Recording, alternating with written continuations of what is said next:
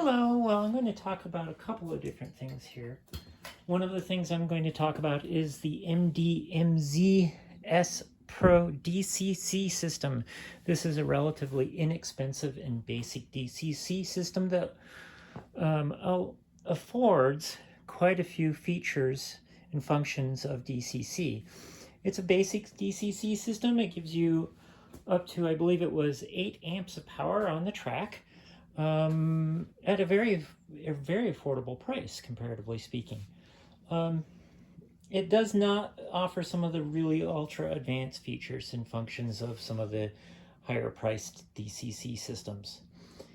However, it connects to via Wi-Fi to either the Roku mouse or an app, or the Roku app. And that gives you the ability to control your train. From there, I have in this section, or in this little demonstration, I have also a asymmetrical DCC module, or ABC module, as Lenz originally called it. And I have it set up, connected from, in this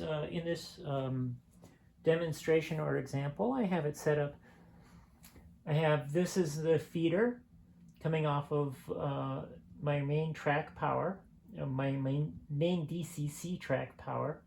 It feeds into the module, and then it comes back out into the module and feeds into the insulated section that I have in here. The insulated section is, you can see the insulated section in the track because it is nickel silver versus brass. So the first thing we want to do is, of course, I have it plugged in, already powered up.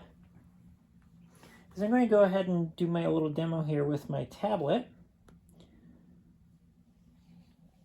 using the Roku app. I want to be able to connect to the DCC system. So I'm going to log into it. I'm going to just switch over my Wi-Fi. You probably can't see all that particularly well.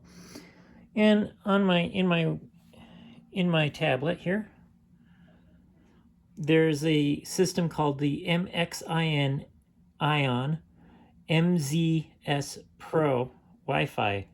So I have that set up and I've logged into it already. In the directions, it gives you the password and the IP address that you'll need to do. It's not connected to the internet, so I just usually turn that off if I have it enabled on my cell phone. Now, I have it set up, my Roku app already set up, but when you're connecting to the MZ Pro, you want to go into your settings, Z21 settings, and set the IP address. In this particular case, the IP address is 192.168.111.111. This is also described in, spoken about in the manual. So I already have my vehicle set up, my locomotive set up. Now I'm going to go ahead and bring up my locomotive now. And the neat thing about how I have this set up is that the request was to be able to have the locomotive travel around the Christmas tree and stop at a given point and wait for a while, but maintain all the lights. So here I am turning on the lights. I'll go ahead and turn on the sound. So to start with, I'm going to go ahead, and this locomotive also has smoke, and the smoke would still maintain active in this section. So I'm going to run it forward into the insulated section here.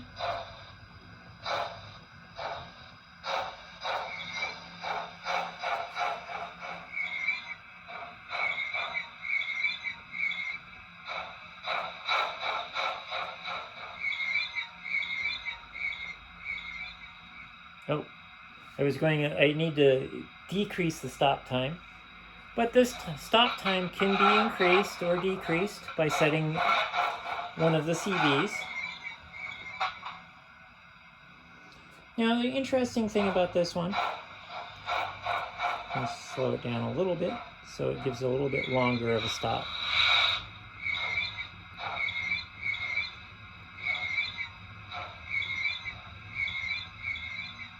There we go. So what's happening is that the locomotive momentarily pauses and waits in the insulated section, because it's seeing the track voltage drop on just the one rail. And then it starts proceeding again after a few minutes. But this enables all the lights and coaches and the locomotive and the sound to stay on. It's a really neat feature using what they call asymmetrical DCC. Beyond that, I'll give some directions of what the functions do on the locomotive. Another neat feature that I have done with this particular locomotive is I have also written into the decoder software what Zimo calls the manual override, if you will. And so if I don't want the locomotive to stop, right now it's just kind of slowly inching backwards. But if I don't want the locomotive to completely stop, I just press the function for that, and the locomotive then, I have resumed control over it.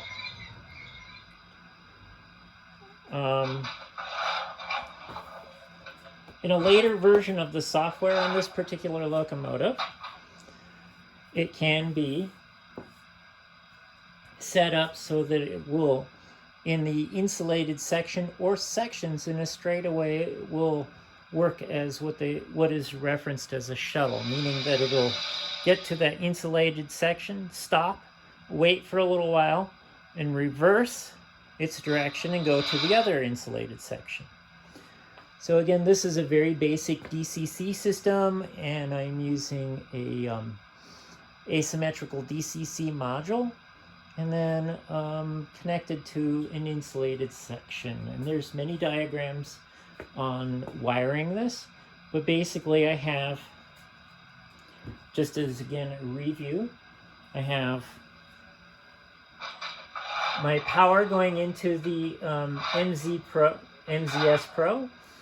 I have my left and right rail going out to the non-insulated section, and then I have a feed coming off of the non-insulated section going into the asymmetrical module, and then I come out of that and into the insulation section.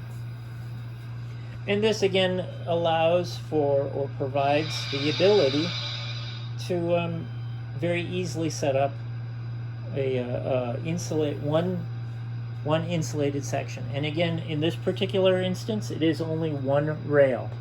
I've set up the programming so that it does not matter which section is used, which side is used.